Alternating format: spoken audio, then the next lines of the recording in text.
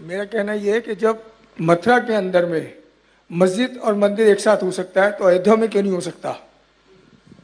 मंदिर और मस्जिद एक साथ क्यों नहीं हो सकता? भविष्य में मथुरा को भी हम मुक्त करेंगे। आरंभ है प्रचंड बोल मस्तकों के झुंड आज जंग की फोटो रखने नहीं देंगे, वो करेंगे तो सजा दे देंगे।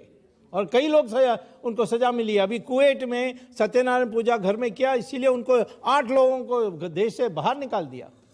हमारे देश में मस्जिद है, चर्च है, ये है, वो है, और इसके बाद भी हिंदू को बैठ के कहना चाहिए नहीं नहीं ऐसा नहीं करना चाहिए। हिंदू तो सहनशील होता है ना, उसको बर्दाश्त कर लेना चाहिए। नहीं, सहनशील एक बात है, पर डब्बू नहीं होना चाहिए। जेब में था चिल्लर, साथ वाले किल्लर, काम करे देखकर नहीं लगता निराशा है, क्योंकि लोग तो ये पूछना चाहते हैं कि 75 साल की उम्र में भी इतने जवान दिखते हैं, चेहरे पर लाली है, इसका राज क्या है?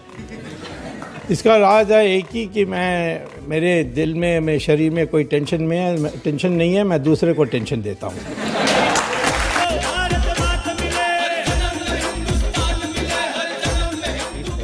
आपने इसलिए किया है कि सोनिया गांधी को, राहुल गांधी को परेशान किया जाए?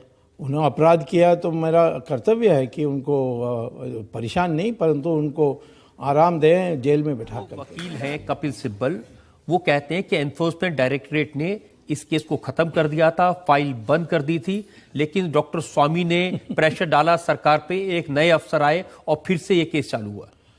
देखिए, कपिल सिब्बल जो हैं उनको जानकारी किसी बात पर नहीं होती है। एक बार कहा कि 2G स्पेक्ट्रम स्कैम में 0 लॉस हुआ। अब बेचारा वो 0 से आगे गिन नहीं सकता, इसीलिए उसने 0 कहा।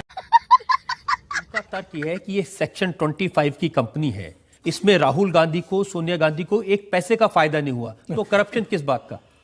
अब मैं आपकी मर्सिडीज गाड़ी को चोरी करके मेरे गैराज में रख लूं तो कहेंगे स्वामी को कोई फायदा ही नहीं हो, तो गैरेज में रखा गाड़ी।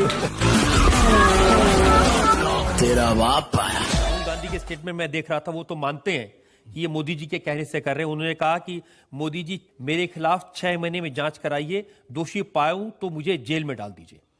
अब दोषी पाएंगे तो अवश्य हमारे कानून के अनुसार उनको जेल जाना होगा। ये कोई कृपा नहीं कर रहे हैं कि दोषी पाएंगे तो मुझे जेल भेज दीजिए। इनको, ये अनपढ़ आदमी है, ये तो अनपढ़ आदमी है, कॉलेज में कभी पास नहीं हुआ है, इसीलिए उसको कानून कुछ पता नहीं। मैं पढ़ रहा था, आपने जनवरी 2016 में कहा कि 1 साल के आखिर तक मंदिर निर्माण शुरू हो जाएगा। फिर आपने कहा कि 2 महीने में मंदिर निर्माण शुरू हो जाएगा। फिर पटना में मार्च 2017 में कहा अगले 2 महीने में मंदिर निर्माण का रास्ता साफ हो जाएगा, अगले साल रामनवमी तक मंदिर निर्माण आप शुरू करा देंगे। इसके पहले आपने बीबीसी को एक इंटरव्यू में कहा 2 साल के भीतर मैं मंदिर बनवा दूंगा। तो जब सब कुछ कोर्ट को करना है तो ये सारे बयान आप किस आधार पर कैसे देते हैं? महात्मा गांधी ने भी 1930 में कहा था 1 साल में मैं स्वराज दूंगा, दिया नहीं, 17 साल लगे।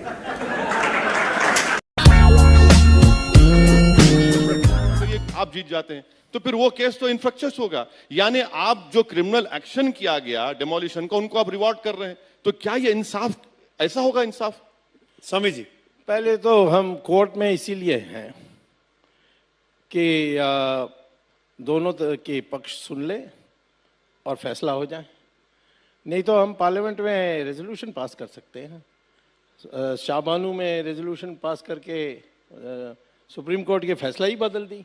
वो तो अभी भी हो सकता है। वो तो अभी हम तो जीतने वाले हैं यहाँ, तो नहीं सवाल नहीं है। राज का ऊंचा बेटे ओदा यू नो पारी करने आज उतरा है योदा मेरे साथ। और मैं भी जानता हूं कि जब समन इशू होता है तो जज अपना फैसला नहीं सुनाता, वो तो उनके उस वक्त के ऑब्जर्वेशन होते हैं। कानूनी फैसला तो एकदम अलग है। मुझे लगता है आप जिस तरीके से कहते हैं, आप मानते हैं कि दोनों, मुझे लगता है कि आपको मुझे कानून थोड़ा विधि सिखाना होगा। कानून हम खूब जानते हैं सर। जब तक ऑब्जर्वेशन में और वर्डिक्ट में फैसला होता है, अभी वर्डिक्ट नहीं आया इनके। सॉरी, ये ऑब्जर्वेशन नहीं है।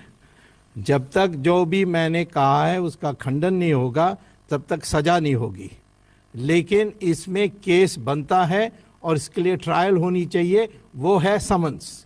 आप जाकर पढ़िए CRPC। पढ़ने निकले वाले छात्रों को राजनीति से दूर रहना चाहिए। मेरा सवाल यह है कि क्या आप प्रधानमंत्री नरेंद्र मोदी की शह पर सोनिया गांधी, राहुल गांधी को परेशान करने की कोशिश? कल तक आप बोल रहे थे मेरा कोई बीजेपी में लेना देना नहीं है, कोई कुछ नहीं हूँ, कहीं नहीं हूँ, मुझे मानते नहीं है, मैं वैसे ही लटका हुआ हूँ। आज कहते हो मैं नरेंद्र मोदी के सहयोगी हूँ, उसका मुखौटा हूँ, उसके कहने पर कर रहा हूँ। ये पहले तो मन बनाइए। मोदी से आपकी लगातार बातचीत तो चल ही रही होगी इस बारे में? नहीं, मैंने कभी नेशनल लेवल पर बात नहीं की।